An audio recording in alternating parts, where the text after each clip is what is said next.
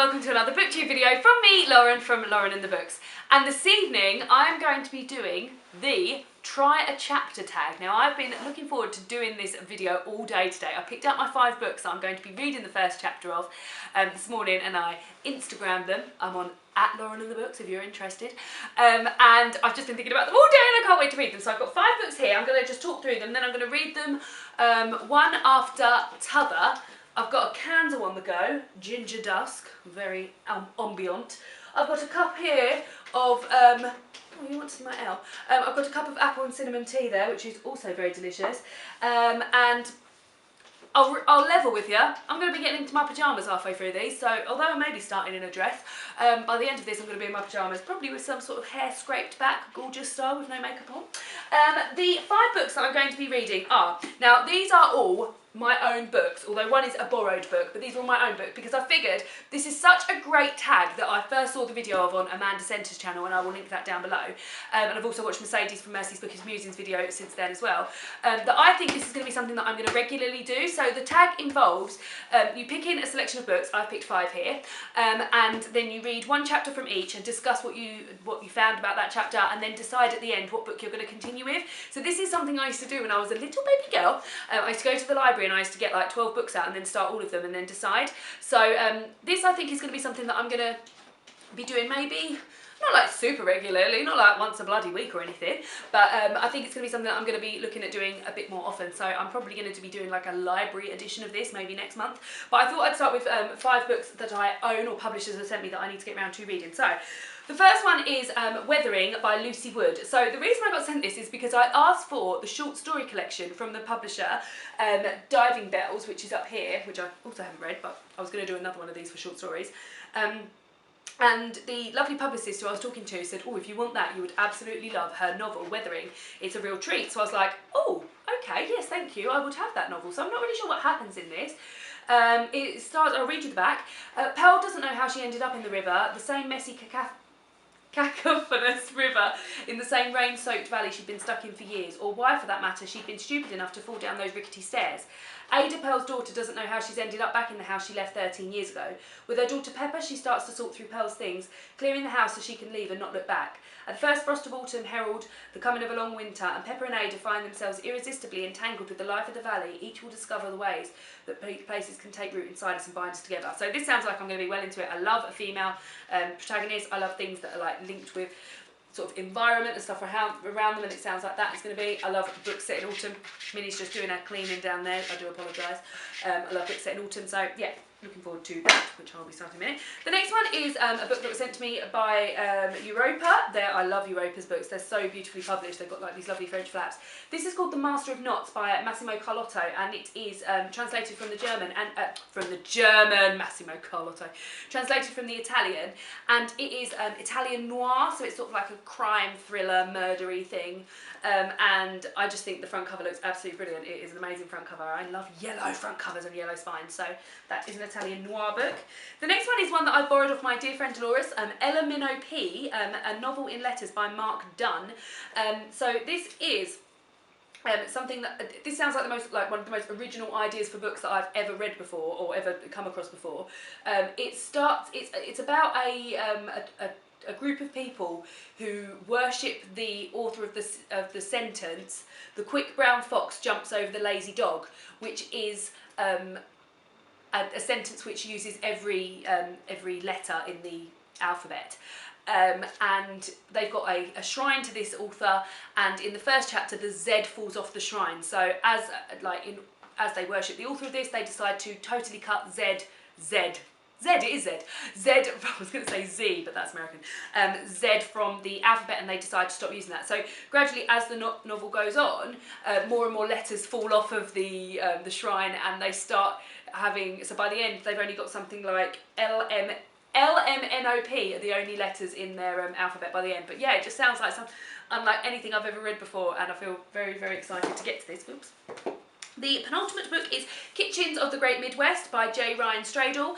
I saw this on Eleanor's channel, on Eleanor Reads Books. She had, I think she got this from the publisher, which is also where I got it from. It is a book that it's a novel that incorporates cooking basically, and I love cooking and food, so any novel that does it well, which I believe this does.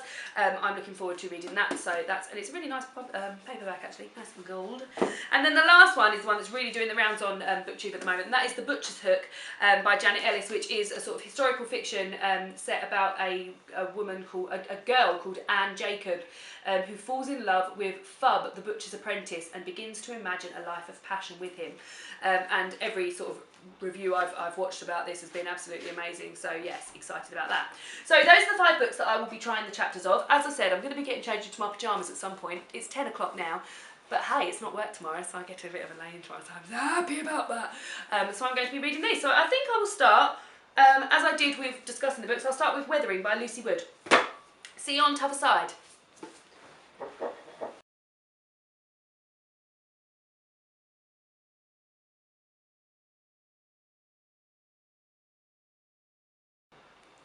Hello! So I've just read the first chapter of Weathering. It was a really, really short chapter, so it was literally like, it wasn't even a double page, so it was this and this. At the moment, it doesn't really give much away. There's a girl drowning in a river, which was given away by the back of the book.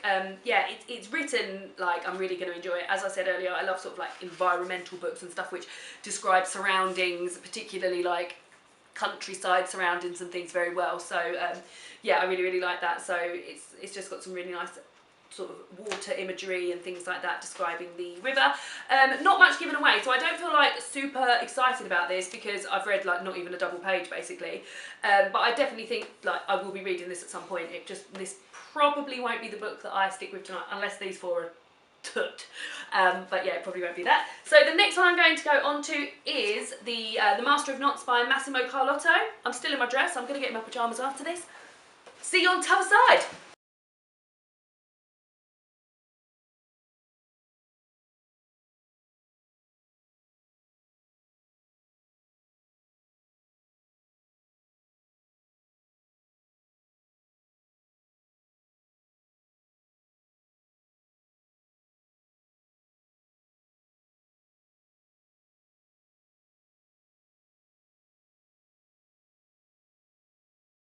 So I've just finished the prologue and the first chapter of The Master of Knots by Massimo Carlotto.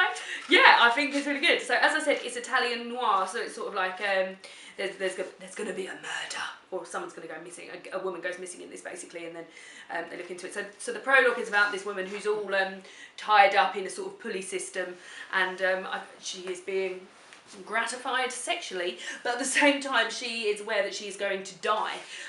So it sounds very, very sort of dark. And then that was the prologue, and then the first chapter is set in a small village in Tuscany, and we're meeting our sort of like our investigator, who I guess is going to be looking into the case, and he's discussing his employers and the fact that he's based in a bar, and he has a table constantly reserved at the bar to talk to clients to and things like that. And yeah, it sounds like I'm going to really enjoy it. It's when I got this from the publisher, I requested it because I wanted to get into a bit more noir, and had never heard of Italian noir, so thought this would be a great place to start.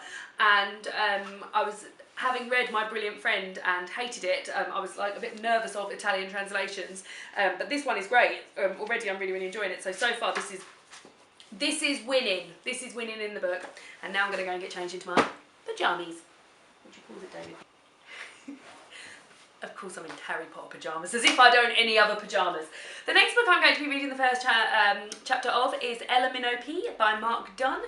Yeah, as I said, I borrowed this off my friend Dolores, and I am super excited to get into it. So let's get going.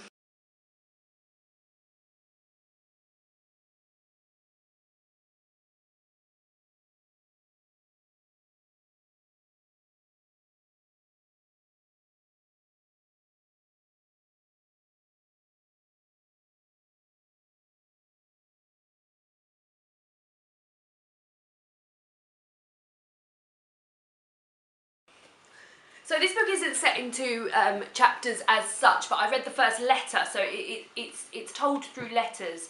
As I said earlier, oh, I just realised I missed a whole page at the front. As I said earlier, it's told about a group of people who worship the inventor of the sentence, the quick brown fox jumps over the quick brown fox jumps over the lazy dog. and they've got a shrine to this chap, and the Z falls off of that shrine, so they decide to no longer use the word Z, and then gradually as time goes on, more and more letters fall off, and they decide to no longer use these. And I've just found out the sort of like punishments for using these letters. So far only Z has fallen off, but they're saying that first of all you get a public verbal warning, and then after that you get second offenders will be offered choice between the corporal pain of body flogging and the public humiliation of headstock upon the public square, or in your case the village commons. For third offence, violators will be banished from the island. Refusal to leave upon order of council will result in death. So yeah, they're quite serious about it. But so far, so the Z has fallen off, but they've said that they're not. It's not going to take place. You can use the word Z, and you can use the letter Z until the 7th of August. So it hasn't quite made it to August yet. So they're just going to be. So the first letter, they use the word Z, they use the letter Z quite a lot. But yeah, this is really interesting to me. I've never really heard of anything like this before. So this has really piqued my interest, and I've been looking at it on my shelf for a while, especially because I've borrowed it off of somebody. I'd quite like to get it back to her. So I do feel like when I'm reading this, I'm like, oh God, I really want to see like what they're going to do when more and more letters go. And yeah, I think it will be exciting. So this I would like to read soon. Has it overtaken Master of Knots? I think it might have. The next book I will be reading the first chapter of is Kitchens of the Great Midwest by J. Ryan Stradle. I've got a feeling this first chapter is pretty long. Yeah, it's 40 pages long, so I better get going on this.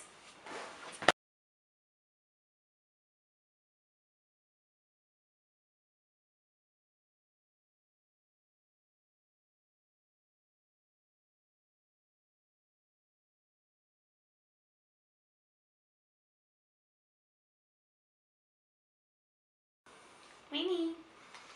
Go.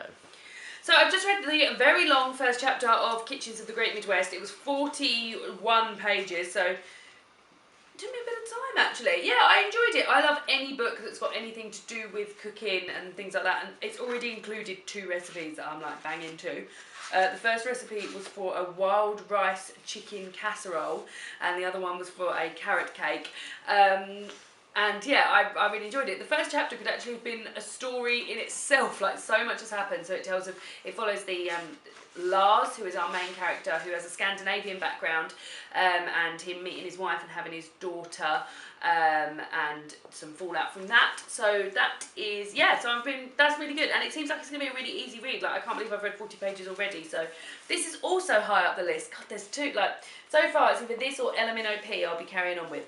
But I still have one more book to read, and that is the first chapter of The Butcher's Hook by Janet Ellis, and I've got a feeling that this chapter is also quite a long one.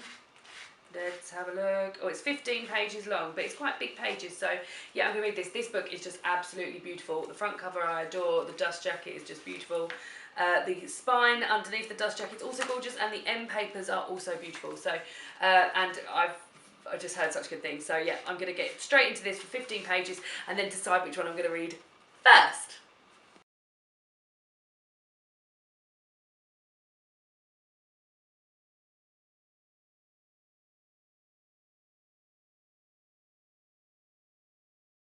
So I've just read the first chapter of The Butcher's Hook by Janet Ellis.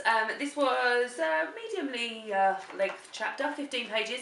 It tells the story of Anne Jacob, who I believe meets a butcher's boy a bit later on and has a bit of a romantic relationship with him. But at the moment, it's just happening. It's just happening that her parents are desperate for a son, and her mother keeps miscarrying, and she had a son and he was alive for a little while, and then he got poorly and died, and Anne was very attached to him. So that's what's happening so far. I think I'm going to really like it. It's got everything in it that I would enjoy. I feel like I want to dedicate some actual time to it.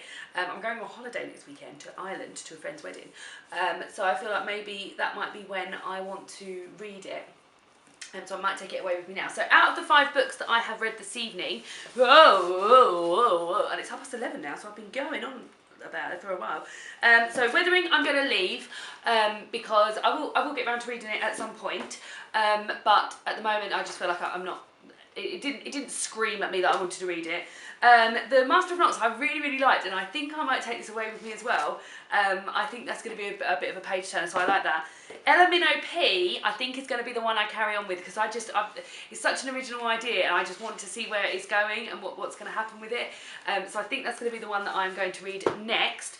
I also really enjoyed Kitchens of the Great Midwest. As I said, I read quite a lot of that. That was a 42 page first chapter, so that might be the one I get into afterwards, as I'm a little bit into it already.